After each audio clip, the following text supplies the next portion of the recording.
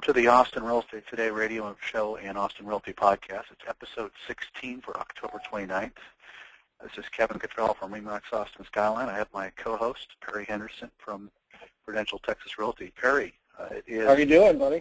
It's almost Halloween. I'm doing great. It's almost Halloween, and usually this time of year we're thinking about cooler weather and a slowing market, aren't we?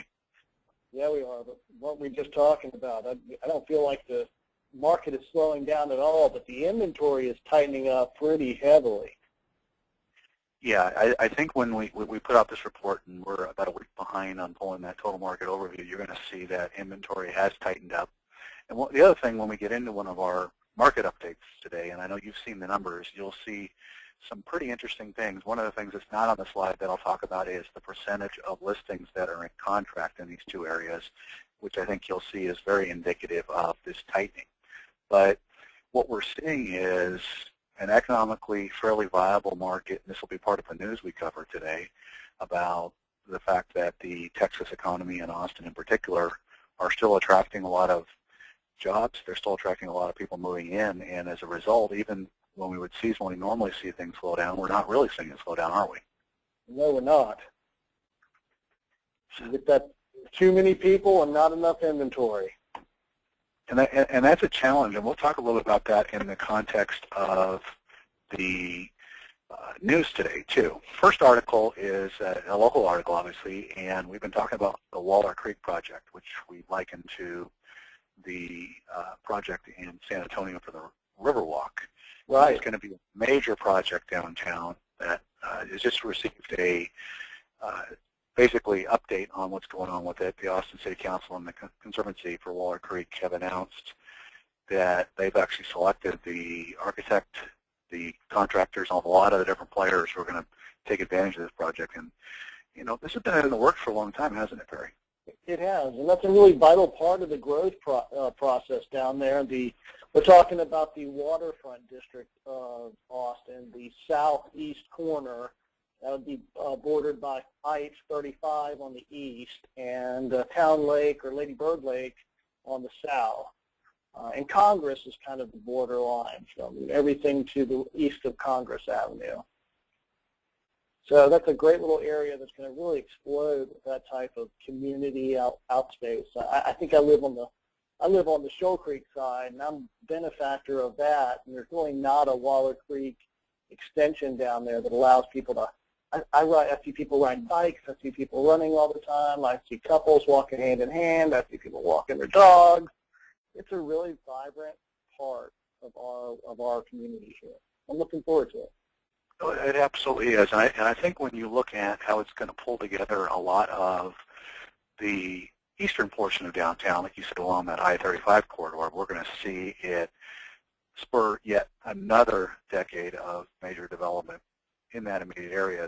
It's very close to where they're talking about building the medical school and the expansions in the form of a new medical center, and it'll really change the complexion of that part of downtown, don't you think? It will. I'm kind of curious to see what it'll look like when it's done. Well, absolutely. And if you look at the rendering, and we'll have a link to the article, which actually has some graphics and some renderings in the show notes, it's a pretty amazing little project. It's not little in the sense of that, but it's amazing in terms of how different it'll look now. Because right now, I would describe it as sort of a, partially decaying urban concrete jungle. In other words, there's not a lot of green space in that part of downtown, is there?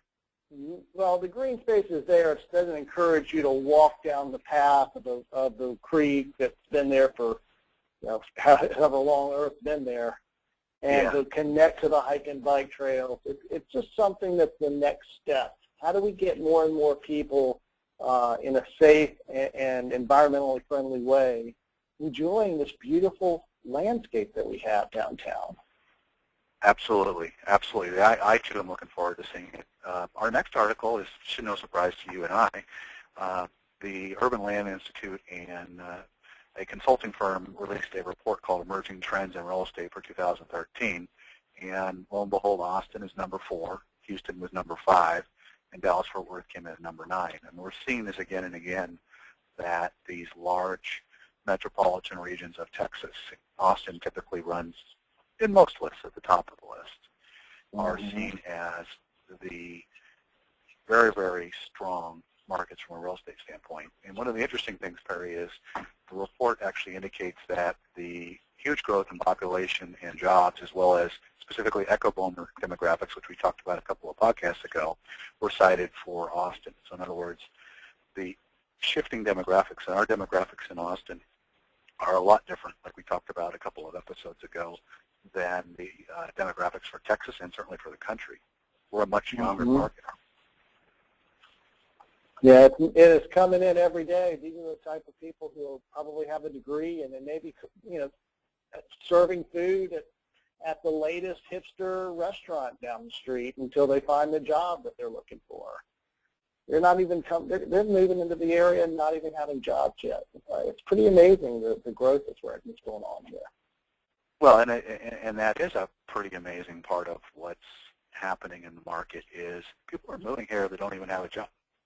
People are moving here, and if they can't sell their homes in the other markets, like we've talked about before, they're moving here, and they may rent to start with, and that's becoming very difficult and challenging, like we've talked about.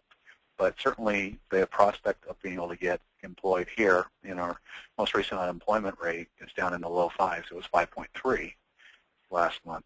So we're certainly well ahead of whatever number you decide to pick for the national average. And I don't think we're going to see any slowdown, and this has a direct spillover into what we've been talking about from the standpoint of the real estate news. And we talk about how hot the market is. All right, Perry, let's jump into part 2 of our news.